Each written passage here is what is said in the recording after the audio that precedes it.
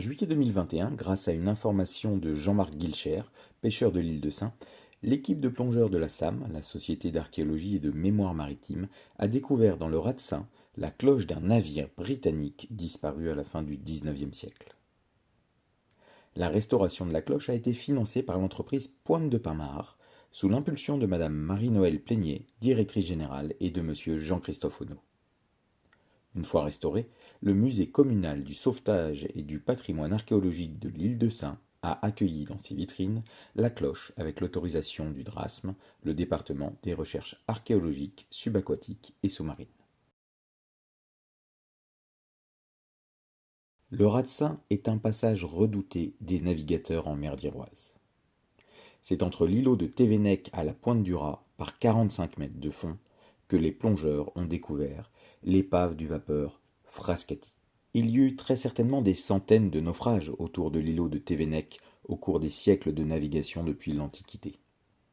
L'îlot maudit reste un des grands linceuls de nos côtes. Et c'est le cas du vapeur britannique Frascati, lancé en janvier 1875 pour le compte de l'armateur Hamilton Dunsey, disparu corps et biens dans le Raz de Sein par 45 mètres de fond le 6 janvier 1876.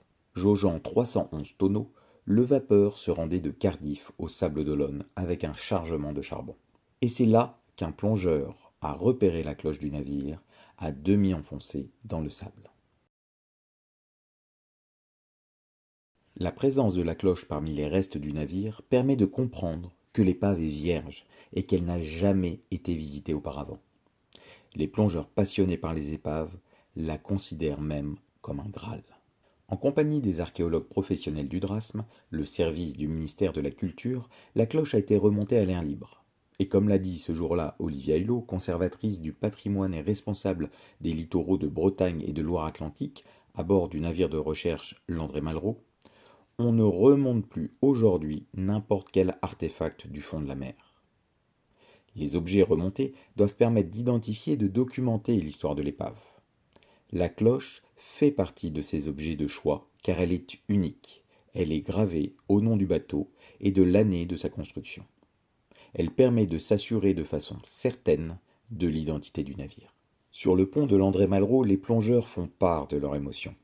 Cependant, tout le monde s'interroge en voyant des inscriptions sur une des faces de la cloche. Force est de constater que le long séjour de la cloche du navire sous la mer ne permet pas de déchiffrer les inscriptions. Il y a bien un nom et une date, mais il est impossible d'affirmer qu'il s'agit bien du Frascati. 149 ans après le naufrage, confiée aux soins de Gilles Baron, la cloche du navire se refait une beauté dans le laboratoire nantais Arcantique. Le but est de la dessaler, d'enlever tous les sels marins corrosifs. Ce traitement est réalisé par électrolyse. Il s'agit ensuite d'enlever les concrétions pour revenir à la surface d'origine de l'objet. Pour terminer, on protège la cloche avec de la cire qu'on va lustrer afin de la protéger.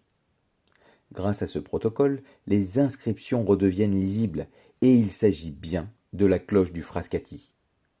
Il n'y a donc plus de doute sur l'identification du navire retrouvé par les membres de la SAM.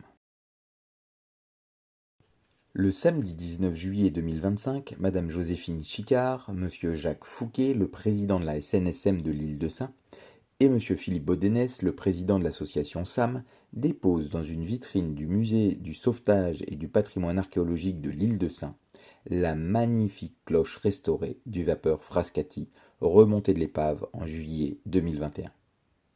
L'engagement financier de la société Pointe de Pin-Mare est un engagement patrimonial et régional. Le Raz de Sein, l'île de Thévenec et l'île de Sein correspondent à l'identité des produits de la marque et l'engagement de l'entreprise est régulier vis-à-vis de la SNSM.